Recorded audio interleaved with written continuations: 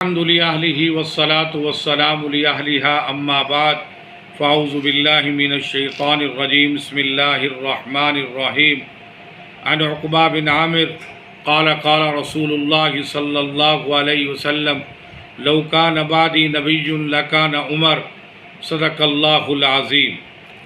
آج یکم محرم الحرام 1445 ہجری کا آغاز ہو چکا ہے۔ اسلامی سال کے پہلے مہینے کا آغاز ہو چکا ہے 1445 ہجری کا۔ تمام مسلمانوں کو نئے اسلامی سال کے آغاز پر مبارکباد پیش کرتا ہوں۔ حضرت عمر رضی اللہ تعالیٰ عنہ کی سیرت طیبہ کے اسباق۔ حضرت عمر رضی اللہ تعالیٰ عنہ کا عقیدہ توحید اور شرک سے نفرت ملاحظہ ہو۔ جب آپ نے حجر اسود کو بوسہ فرمایا حجر اسود تو پتھر ہے، نہ نفع دے سکتا ہے نہ نقصان دے سکتا ہے۔ ہم نے دیکھا کہ ہمارے پیارے نبی مکرم، نبی محتشم حضرت محمد مصطفیٰ صلی اللہ علیہ وسلم نے تجھے بوسہ دیا، حجر اسود کو بوسہ دیا۔ ہم اسی اتباع سنت میں، اطاعت نبی میں حجر اسود کو بوسہ دیتے ہیں، اس پتھر کو بوسہ دیتے ہیں، ورنہ یہ پتھر نہ نفع کا مالک ہے نہ نقصان کا مالک ہے۔ اتباع نبی صلی اللہ علیہ وسلم میں ہم حجر اسود کو بوسہ دیتے ہیں۔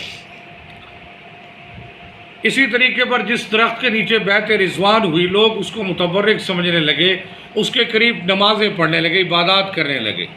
حضرت عمر رضی اللہ تعالیٰ عنہ نے دیکھا کہیں اس کی تعظیم لوگ حد سے زیادہ نہ کرنے لگ جائیں، سجدہ کرنے نہ لگ جائیں، شرک میں مبتلا نہ ہو جائیں۔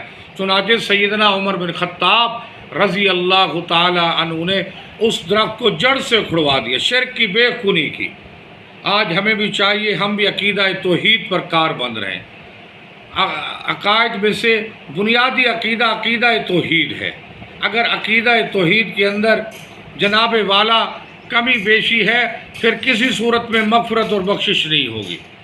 اللہ تعالیٰ تمام گناہوں کی مغفرت فرما کر جنت کا داخلہ عطا فرمائیں گے، سوائے شرک کے۔ جو مشرک ہے، شرک کرنے والا ہے، زانی بھی ایک دن اپنی سزا بھگت کر جنت میں جائے گا، شرابی بھی سزا بھگت کر جنت میں جائے گا، فاسق فاجر بھی سزا بھگت کر جنت میں جائے گا، سود خور بھی سزا بھگت کر جنت میں جائے گا، اور جناب والا فحاشی اور عریانی کی ترغیب دینے والا بھی سزا بھگت کر جنت میں جائے گا، والدین کا نافرمان بھی سزا بھگت کر جنت میں جائے گا، سوائے مشرک کے۔ انما المشرکون نجس، مشرک پلیت ہے، مشرک کبھی بھی جنت میں نہیں جائے گا اور ساری زندگی جہنم کی آگ میں جلتا اور سڑتا رہے گا۔ حضرت عمر رضی اللہ تعالیٰ عنہ نے عقیدہ توحید کا ہمیں سبق دیا۔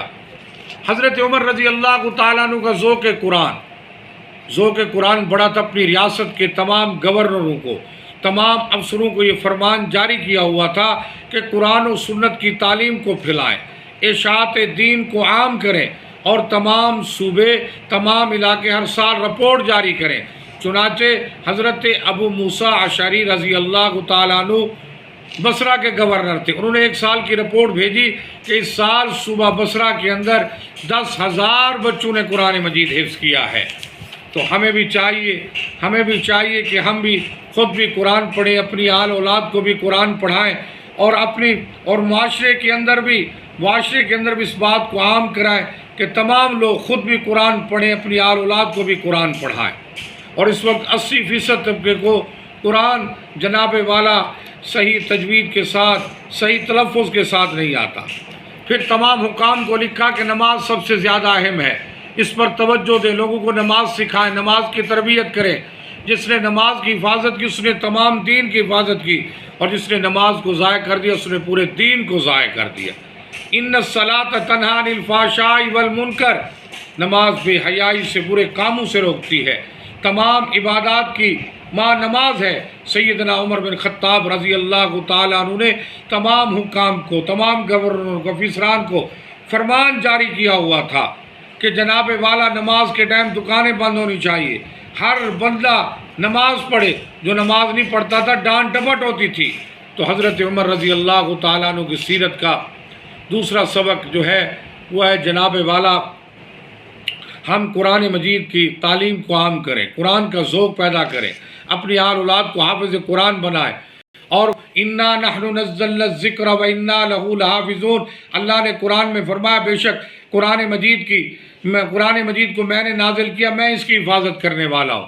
حضرت عمر رضی اللہ تعالیٰ عنہ کا عبادت کے اندر شغف اور پیار تھا۔ جب ابو لولو فیروز مجوسی نے خنجر مارا، زہر آلود بے ہوش ہو گئے تو ساتھیوں نے آواز دی الصلاۃ یا امیر المومنین، ہوش میں آ گئے۔ حضرت عبد الرحمن کو کہا نماز پڑھائیں۔ یہ حضرت عمر کی عبادت کے ساتھ شغف تھا، یہ سیرت کا سبق ہے۔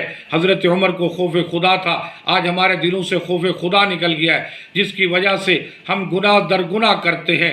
حضرت عمر فرمایا کرتے تھے اگر دریائے فرات کے کنارے کو کتا پیاسا مر گیا تو مجھے ڈر اس کے بارے میں مجھے پوچھا جائے گا، کاش میں تن کا ہوتا، مجھے ماں پیدا نہ کرتی، جنتی۔ حساب و کتاب کا دن بڑا سخت ہے، قبر کی تنگی سے، قبر کی وحشت سے خوف خدا تھا، اللہ کا ڈر تھا۔ ہمیں بھی چاہیے ہم اپنے اندر خوف خدا پیدا کریں، ڈر پیدا کریں۔ یہ حضرت عمر کی سیرت طیبہ کا سبق ہے۔ حضرت عمر کا عدل و انصاف۔ ایک جبلہ نصرانی رئیس سردار تھا، خانہ کعبہ کا طواف کر رہا تھا، ایک غریب آدمی کا اس کے جناب والا جبے پر پاؤں آ گیا، اس نے تھپڑ رسید کیا۔ اس نے جا کر حضرت عمر کو کہا آپ کی عدالت سے مجھے انصاف چاہیے کہ میں طواف کے دوران اس کے جناب جبے پہ پاؤں آئے، اس نے مجھے تھپڑ رسید کر دیا۔ حضرت عمر نے اس کو بلایا، کہا کہ جس طرح تو نے اس کو تھپڑ مارا ہے، آج عمر کی عدالت انصاف کریے، تجھے تھپڑ مارے گا۔ اس نے کہا میں بادشاہ ہوں، حاکم علاقے کا سربراہ ہوں، فرمایا کہ مجھے کچھ ٹائم دیجیے۔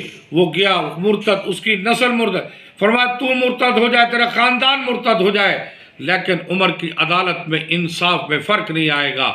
چنانچہ وہ چلا گیا، مرتد ہو گیا، لیکن حضرت عمر رضی اللہ تعالیٰ عنہ اپنے انصاف اس فیصلے پر برقرار رہے۔ حضرت عمر سے حضور صلی اللہ علیہ وسلم کا شفقت والا معاملہ۔ ایک مرتبہ حضرت عمر عمرے پر جا رہے تھے، حضور صلی اللہ علیہ وسلم نے فرمایا یا اخی لا تنسانا فی دعائک، اے میرے بھائی ہمیں اپنی دعا میں یاد رکھنا۔ حضور صلی اللہ علیہ وسلم نے کس طرح حضرت عمر کو اپنا بھائی کہا، پھر دعا کے لیے کہا۔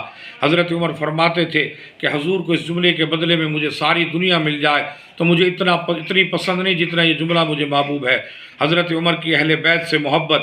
جب مدائن کا مال بطور فتح حاصل ہوا تو آپ نے مسجد میں اس کو تقسیم کیا۔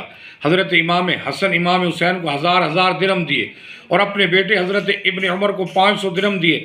حضرت ابن عمر نے کہا امیر المومنین، میں تلوار لے کر کفار کے مقابلے میں لڑا کرتا تھا، یہ مدینے کی گلیوں میں کھیلتے تھے، آپ نے ان کو ہزار درہم دیا، مجھے 500 درہم دیے۔ فرمایا بیٹا تو اپنا باپ ان کے باپ جیسا لا، تو اپنی ماں ان کی ماں جیسی لا، تو اپنا نانا ان کے نانا جیسا لا۔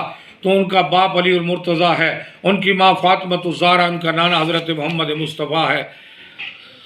اور یہ حضرت عمر کا خلق خدا کے ساتھ شفقت والا معاملہ۔ جب آپ کسی اہم عہدے پر متعین فرماتے تو فرماتے ضرورت مند لوگوں کے لیے دروازے بند نہ کرنا، ظلم نہ کرنا، عدل و انصاف کرنا، یہاں تک کہ اگر کوئی حاکم بیماروں کی تباہ پرسی نہ کرتا، ان کے علاج معالجے کا انتظام نہ کرتا تو اس کو معزول کر دیتے۔ حضرت عمر رضی اللہ تعالیٰ عنہ کی سیرت طیبہ کے اسباق انشاءاللہ 2-3 دن چلیں گے۔ یہ درس حدیث کے طور پر ہمیں چاہیے کہ حضرت عمر رضی اللہ تعالیٰ عنہ کی سیرت طیبہ کے اسباق کو اپنائیں، ان پر عمل کریں۔ انشاءاللہ بقیہ اسباق کل کے درس حدیث میں ہوں گے۔ وما علینا الا البلاغ۔